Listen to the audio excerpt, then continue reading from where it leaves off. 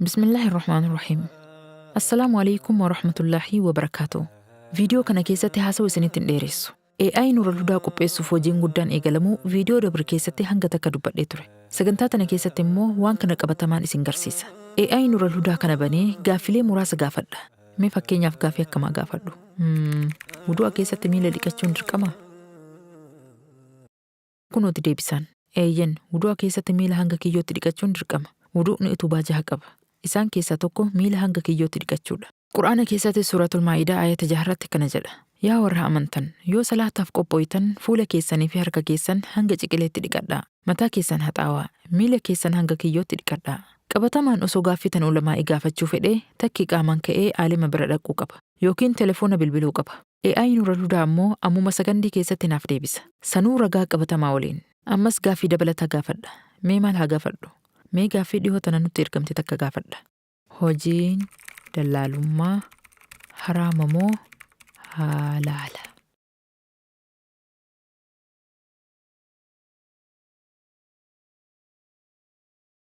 Kunooti deebisaan. Dallaalummaan ija shari'aatiin akkamitti ilaalama? Ulamaa'ileen gurguddoon dhimma kanarratti gaafatamanii deebisaa kennanii jiran. Dallaalaan tokko hojii kanatti yoo bobba'e, ulaagaa isarraa barbaadamu yoo guute hojiin isaa halaala ta'a. Mallaqni hojii kanarraa argatus mallaqa halaalaati. Ulaagaaleen dallaalli tokko guuttachuu qabu kan asii gadiiti. Amma immoo gaaffii xiqqoo ulfaattu gaafadha. Waan namni yeroo hedduu gaafataa oolu. Dubartiin dhiirri tokko fuudhuu hin dandeenye meeqa?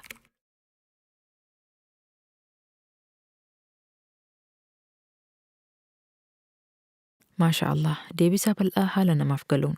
Dubartoonni dhiirri tokko fuudhuu hin dandeenye 18. Kunniinis gosa lama keessatti ramadaman. Tokko, dubartii zalaalama hanga lubbuun jiran fuudhuun hin eeyyamamne jedhee itti fufa. Wanti kun hojii taphaatii miti. Deebisaan gaaffii kanaa waan Google irraa walitti guurame osoo hin taane gaaffii amma dura ulamaa'ileen gaafatamanii deebisan irraa walitti qabamee akka AI hubachuu danda'utti kuusaa Nuural Hudaa keessatti gale. Duuba maaliif waan kana uummataaf gadi hin dhiisne? Maal eeguu jirtan jechuun keessan hafan qabu. AI'n kun leenjii gahaa hin arganne. Waan hedduu leenjifamuu qaba. Fakkeenyaaf gaaffii adda takka gaafadha. Moorgeejaan mana bitachuun hayyamamaa? Gaaffii hedduu yoo gaafadhu deebisaan inni naaf kennu kana. Dhimma kanarratti ibsa gahaa hin qabu. Tikkeeta haaraa banii gaaffii kee galmeeffadhu. Maaliif kana jedha isinitti fakkaata? Kanarratti leenjiin hin kennamneef. Usee Google keessaa fuudhee deebisuu irra gama teknishaanota Nuural Hudaa nama qajeelcha. Waan kana haala gaarii leenjisanii uummataaf gadhiisuuf naawolojii beez yookiin kuusaa guddaa qabaachuun dirqama. Dhimma hundarratti AI kana leenjisuun barbaachisaadha. Deebisaa ulamaa'ii hedduu bifa barreeffamaatiin qopheessanii AI kana leenjisuu barbaachisa. Kun ammoo humna namaatii fi yeroo bal'aa barbaada. Waan garaa nama nyaatu. Hojiin guddaan kun eegalamee sababa hanqina dinagdeetiif karaatti dhaabbate. Mee gaaffii isin gaafadha. Dhaabbanni Islaamaa kan afaan Oromootiin hojjetu. Kan dhimma kanarratti hojjetaa jiru jira? Namni dhaloota dhufuuf fatwaa AI qopheessutti jiru jira? Moo dhaloota dhufu Googlumaaf dhiisna? Yoo nuti hundi usnee sooshaal miidiyaa scroll godhaa oolle, dhaloonni itti aanu akka malee miidhama. Akkuma Sheek Amiin Ibroo jedhan, yoo beekaan dubbachuu dide, gowwaan waan ofiisitti naqachuun dhiisu. Silaa nuti hundi itti hirmaannee hojii kana tumsinee waan guddaa dhaloota dhufuuf qopheessuu dandeenya. Hojii guddaa hangana gahu kana sababa hanqina dinagdeetiif karatti dhiisnee bira deebi'uun hin taatu. Tumsa Rabbii guddaatiin yoo ol bira dhaabbanne, inshaallah waan guddaa kana xumurree tajaajila hawaasaatiif ni oolchina. Saayintistiin beekamaan Google Maappii fi Uber keessaa qooda qabaachuun beekamu, Dr. Waliid Quddus dhimma AI irraa gaafatamee akkana jedhe. Teknooloojiin AI waan addunyaan dhuftu haala gaariin itti fayyadamuuf deemtu. Namni beekee irraa fayyadame addunyaa wajji deemuu danda'a. Namni tuffatee irraa oole ammoo addunyaa boodatti hafee rakkata jedhe. Kanaafuu dhimma kana nuti hundi itti yaaduu qabna. Dhumarratti waan haaraa Nuural Hudaa keessa jiru tokko isiniif himee haasawa kiyya goolaba. Dhimma faayinaansii Nuural Hudaatiif itti gaafatamummaan natti kennamee jira. Galii baay'ee ekoofii irraa argamu guutuu anatu to'ata. Waan akkaawuntii biyyaa irratti ergamus takka takkaan hordofa inshaallah. Akkaawuntiiwwan biyyaa maqaa hojjettoota Nuural Hudaa kan amata dheeraa nu wajji turaniitiin baname. Muhammad Awwal Abdullaatii fi Idris Abdurroo. Jarri lameen warra yeroo rakkinaatti miidiyaa kana utubee nu wajjiin dhiibee asiin gahe. Kanaafuu waan shakkinu hin qabnu. Inshaallah waan guddaa hojjanna jennee abdanna. Rabbiinis irratti nu gargaara. Miseensa baay'ee ekoofii 500 qofa osoo arganne waan guddatu hojjetamuu danda'a. Namoota dandeettii qaban hedduu ofitti dabaluu qabna. Halkaniif guyyaa osoo addaan hin kutin hojiin hojjetamuu qaba. Yoo kana goone qofa dhaloota itti aanuuf waan guddaa qopheessina. Dhaloonni itti aanu ilmaanuma nurraa dhalattu.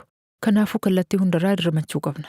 Hunda caalaa aktiivistoota sooshaal miidiyaatii fi namoota hordoftoota hedduu qabaniif dhaamsa dabarsuu fedha. Dhaloota ammaa isintu harkaa qaba. Yoo isin hojii kanarratti hawaasa dammeessitan, hojiin kun ni milkaawa inshaallah. Yoo isin dantaa dhabdanii ustan ammoo rakkoo dhaloonni itti aanu mudachuuf deemuuf irraa gaafatamuuf jiraattan. Nuti ogummaa fi haala mijaawaa waan qabnuuf hojii kana eegallee hanga muraasa deemnee jirra. Ogummaa fi muuxannoon guddaan nu bira jira. Yoo nama waan wayyaa harkaa qabu qabaattan fidaa nutti garsiisaa. Nutis isin waliin gargaarree hojjanna. Yoo namni biroo hin jiraanne ammoo warra hojjechuu jiru gargaaraa. Rakkinoota isin dura Nuural Hudaa keessatti mudatan dhiisaa bira dabraa. Haasawa faayidaa hin qabne kan namoonni gandummaa leellisan haasawan irraanfadhaa. Nuural Hudaa miidiyaa Islaamaati malee miidiyaa ganda tokkooti miti. Waan Islaamaaf ta'u hojjechuu jirra malee aadaa fi hooda gandaa leellisu ittiin jirru. Ulamaa naannawa hundaattuu Nuural Hudaa irraa barsiisaa ture. Waan dabre irraanfadhaa hojii kanarratti hirmaadhaa. Yoo kana goone qofa dalagaan kun milkaawa. Amma tooftaa baay'ee koofii irratti ittiin tumsitan isin garsiisa. Jalqaba telefoona keessan irratti browser feetan banaa. Achi keessatti Google katabaa. Baay'ee koofii jedhaa barreessaa. Bakka Explore Creators jettu tuqaatii Nuural Hudaa jedhaa katabaa. Loogoo Nuural Hudaa, maqaa Nuural Hudaa jedhuu fi podcast waan jedhu kana yoo argitan tuqaa banaa. As keessatti bakka membership jettu tana tuqaa. $5, $10 fi $15 jira. Sadeen keessaa kan feetan filadhaa. Filannoo lamatu isiniif dhufa. Pay manzilii fi pay annually jedha. Baatiin kafaluu fi waan waggaa yeroo tokkotti kafaluu jechuudha. Lameen irraa kan feetan filattanii pay jettaniin. Iimeela, maqaa fi odeeffannoo kaardii keessanii itti guuttanii pay jettaniin. Namoonni biyya irraa tumsuu feetan ammoo akkaawuntiiwwan iskiriin irraa mul'atan kanarraan waan humna keessanii gumaachaa. Yoo wal gargaarree waliin hojjanne waan guddaa dhaloota dhufuuf qopheessina inshaallah. Fi amaanillah.